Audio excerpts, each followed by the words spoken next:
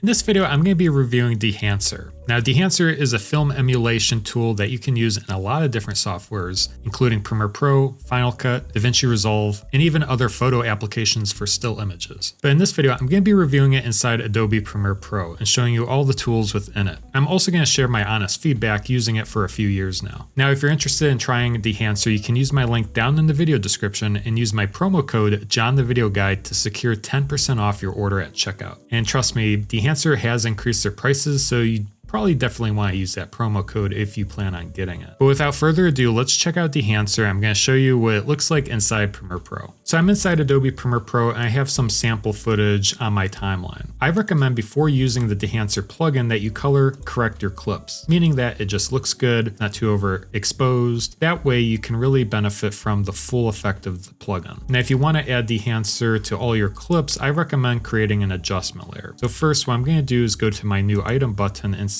my project panel and go to adjustment layer. I'm going to click OK and click and drag this over all my clips. I'm going to extend it. Next, what we're going to do is navigate to the effects panel and search for Dehancer. When you install the plugin, it should pop up here inside your effects panel. You can click and drag this to your adjustment layer. And right off the bat, you can see it starts working its magic. If we expand our view here, you can see the result. And inside effect controls, you can navigate to the effect and make adjustments. What I like to do automatically is disable some of the features. By default, Dehancer turns on the film, so you can disable that by clicking on the drop down and clicking on the checkbox. Also, film grain is auto enabled, so I like to usually go and check that off. That way we can start with our source clips. Now, first inside input, what you can do is select your source. By default, it's set to Rec 709, which that is the color space that I'm editing in. But let's say if you shot on a specific camera, you can always choose your own camera, which is really nice. And they have several different cameras supported for this plugin. As you can see, no matter what type of camera that you film on, it's probably listed in here. So you can either choose your camera or choose your color space. In this case, I'm going to do Rec 709. You have some basic color correction as well underneath, but now you can go into film and select your profile. So with film enabled here, you can choose from several different film profiles for your footage. A few that I really like is the Kodak Gold 200. I've also been using the Fuji Color C200 one. I think this gives a really nice polished look, and that's primarily what I use it for, is to give a final polished look on my footage.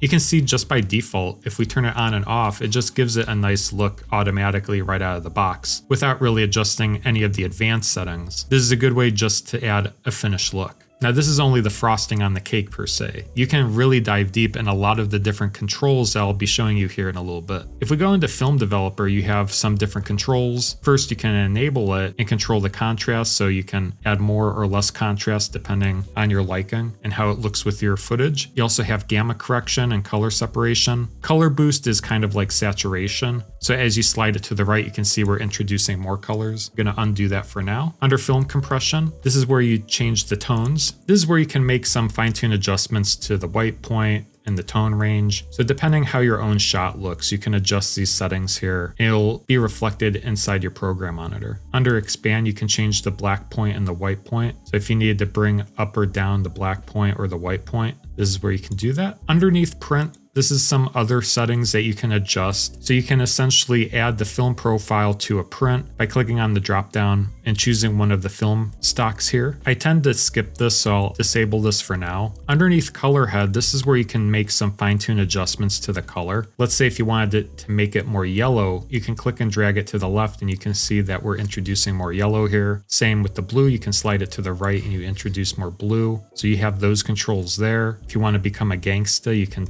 check on this box here. When doing research, I have no idea what this box does. And then underneath you have the tones for each of the different areas of the image. So your shadows, midtones, and highlights. Let's say if you wanted to make your shadows cooler, what you can do is slide this to the left. You can see the shadows are becoming more blue or cool. Or if you wanted them warmer, you can slide it to the right and you can see we're adding more warmth to the shadows. You can do the same with the midtones and highlights there. Now under film grain, you can add different film grains. So you can enable it and choose from from the different options for the millimeter and the ISO levels. You can also choose custom. So you can actually create custom film grain inside this plugin. Like I said, I usually don't use film grain that much, so I'm going to disable this for now. But under Halation, this is a really unique effect that you can't really get inside Premiere Pro. When it's enabled, you'll notice that we get a nice soft glow on our image here. If we zoom in here like on the railing and I disable and enable it, you can see it adds a nice orange amber glow to the outline of the different objects. And this is really nice and very effective when you have different lights in your image. For example, in this image, we have a sunset, so the sun is reflected on the different objects and we can add that glow to the different objects here. Similar to the film grain options, what you can do is click on the drop down and choose the different film or options here to get it to a certain way that you'd like it to look. Super 8 makes it more obvious and dramatic, or you can also go into custom and really customize this to your liking. Similar to Halation, there's also a bloom category, so this adds a nice softness to the halo of the highlights of your image. And same thing as before, there's different options that you can choose, or you can choose to custom dial in your settings. So there's a lot of customization here. I'm not going to go too far into it, but you can see that this is very highly customizable. And if we turn this effect on and off just with these effects alone, you can see we get a really nice look here. But if we go back to the settings here, a few more that I wanted to show you, there's also film damage. So if we twirl down under this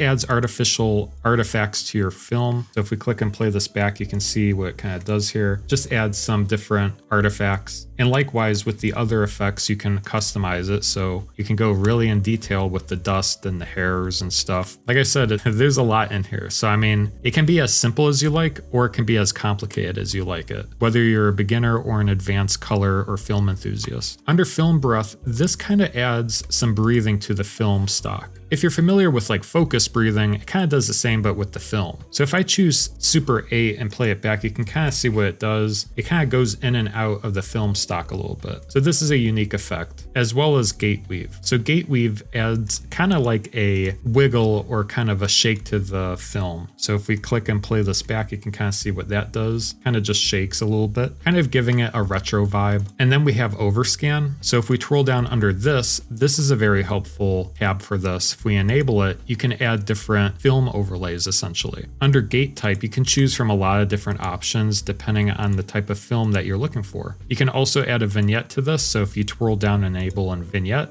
and disable the overscan temporarily. You can change the vignette. And what's unique about this plugin is that you can off-center it by changing the X and Y center. So you can actually offset it and even keyframe all these properties as well. So like I said, very highly customizable. Now, if you like this effect, but you think it's a little too overpowering, you can always go into output and turn down the total impact. This kind of acts as like an opacity slider per se. So if you want to only add 50% of the effect, you can change it to 50 and only passes like 50% of the effect to it. I use this a lot. Usually I get a look that I like, but it's a little too overwhelming, so I'll turn it down a little bit. Then you have LUT generator. So if you want to export this as a LUT, you can directly in here. Or alternatively, what I've been doing with a lot of the effects is I'll save this as a preset by right-clicking and going to save preset. So that's a quick overview of Dehancer. I think Dehancer is great, and I use it all the time in my projects. Now you might be thinking, well, what's the pricing? And I have to say they increase their pricing quite a bit. But I will say what is nice is that they do offer a lot of different plans, as low as like $11 a month. So you can choose to pay either annually or monthly, and they also have a lifetime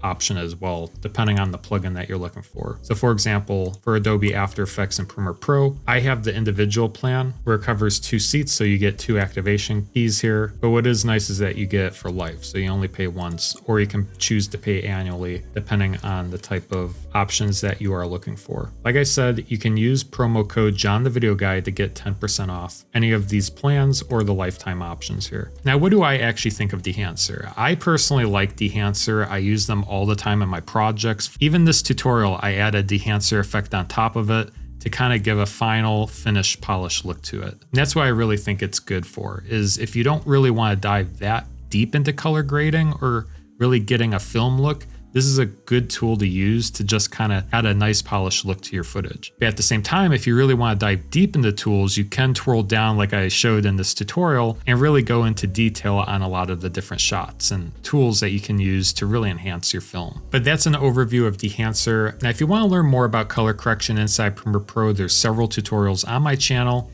I will leave one that you might like linked right up there. Feel free to go check that one out. But that does it for this video. We'll see you guys in the next one. Take care.